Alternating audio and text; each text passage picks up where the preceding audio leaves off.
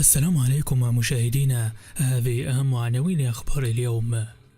تقرير أمريكي يفضح توجه الجزائر نحو التخلي عن البوليساريو ويكشف عن السبب وراء ذلك. خبير برازيلي يخرج بتقرير تاريخي عن إنجازات الملك محمد السادس لفائدة المواطنين.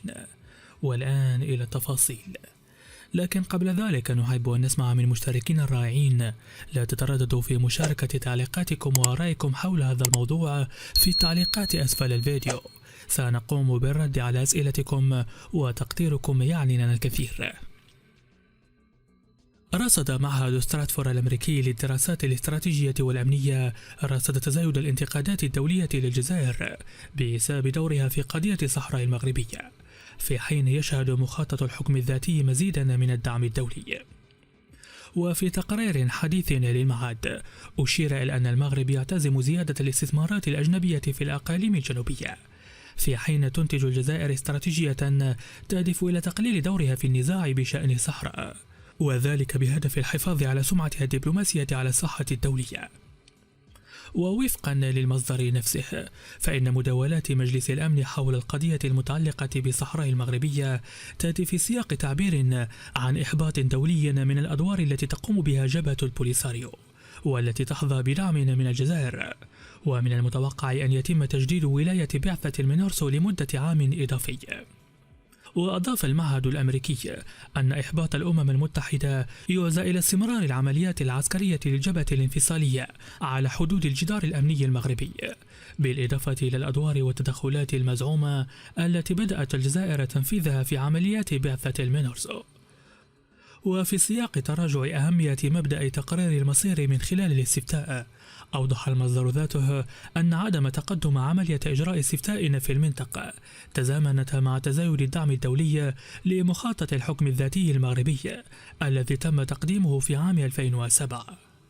وأشار تقرير معهد ستراتفورد إلى تصريحات الأمين العام للأمم المتحدة أنطونيو غوتيريتش، حيث أشار إلى عرقلة جبهة البوليساريو للجهود الدولية شرق الجدار الرملي، مشيرا إلى أن المنطقة العازلة قد تحولت إلى ساحة لحرب بالوكالة بين المغرب والجزائر.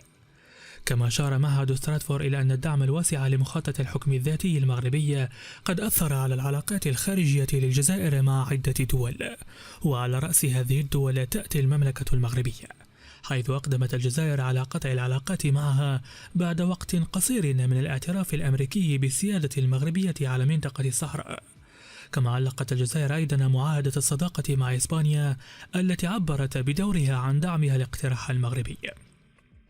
المصدر نفسه كشف أن الاستثمارات الأجنبية في الصحراء المغربية ستقوي موقف المغرب، وهذا سيكون واقعيا نظرا للدعم المستمر لمقترح الحكم الذاتي المغربي واستمرار دول عديدة في فتح قنصلياتها في المنطقة. وفي الوقت نفسه يتوقع أن تواصل جبهة البوليساريو شن هجمات للتشويش على هذه الاستثمارات، ولكن من المتوقع أن تكون هذه الهجمات محدودة نظرا للترسانة العسكرية القوية للقوات المسلحة الملكية المغربية.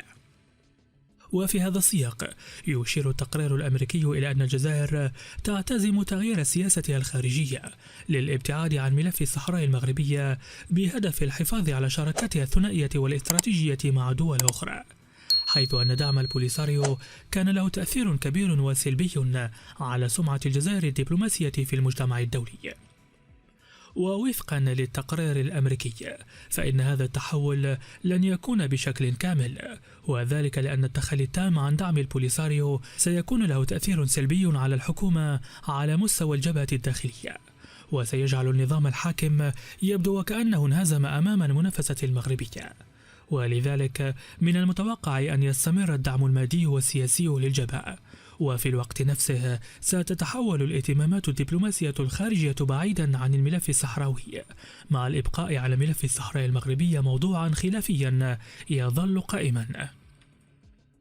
يعتبر التاير دي سوزا مايا المستشار الدولي في الشؤون الاقتصادية والإفريقية يعتبر أن جلالة الملك محمد السادس يولي أقصى اهتمامه لرفاهية المواطن المغربي من خلال مجموعة من المبادرات، بما في ذلك برنامج الدعم الاجتماعي المباشر.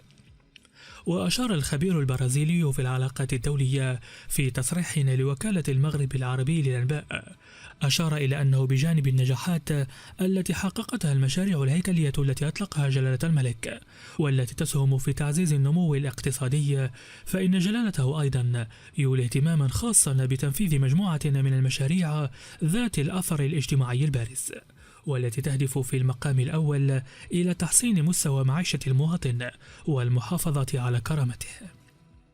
وفي هذا السياق أشار الخبير البرازيلي إلى عدد من المبادرات المهمة مثل المبادرة الوطنية للتنمية البشرية ونظام المساعدة الطبية ونظام التأمين الإجباري على المرض وجهود توسيع الحماية الاجتماعية، وقد تركز خصوصا على برنامج الدعم الاجتماعي المباشر الذي أطلقه جلالة الملك، والذي يأتي كإضافة قيمة لمجموعة من المبادرات الأخرى التي تجعل تطوير البشر في صلب أي نمو اقتصادي وتهدف بشكل أساسي إلى تحسين رفاهية المجتمع بأسره. وخلال خطابه السامي بمناسبة افتتاح البرلمان في 13 من أكتوبر، أكد جلالة الملك محمد السادس على قراره ببدء تنفيذ برنامج الدعم الاجتماعي المباشر بنهاية السنة الحالية. هذا وتبلغ الميزانية الإجمالية لبرنامج الدعم الاجتماعي المباشر 25 مليار درهم في عام 2024، ومن المخطط أن تزيد إلى 29 مليار درهم في عام 2026. وإلى جانب ذلك تخصص الدولة 10 مليارات درهم سنويا لتوسيع تغطية التأمين الصحي الإلزامي للأسر الفقيرة والهشة. أثار تصريح وزير العدل استياء عدد من القضاة، حيث اعتبر نادي قضاة المغرب أن تصريحات عبد اللطيف وهبي بشأن قسوة الأحكام القضائية في المملكة غير مسؤولة، وأنها تمس الاستقلالية والهيبة والسلطة القضائية. وأشار النادي قضاة المغرب في بيان نشرته الأحداث المغربية، أشار إلى أن هذا التصريح غير المسؤول من وزير العدل يتعارض مع مبادئ المسؤولية المتعلقة بواجب الحذر واحترام مؤسسات الدولة وسلطاتها، وعلى رأسها السلطة القضائية. وأكد النادي أن تصريح وهبي يمس بسمعة وسلطة واستقلالية القضاء بشكل صريح، ويعتبر تجاوزا للأحكام والقرارات القضائية. اشترك الآن على قناتنا السوشيال ميديا، كل ما ترغب به وأكثر.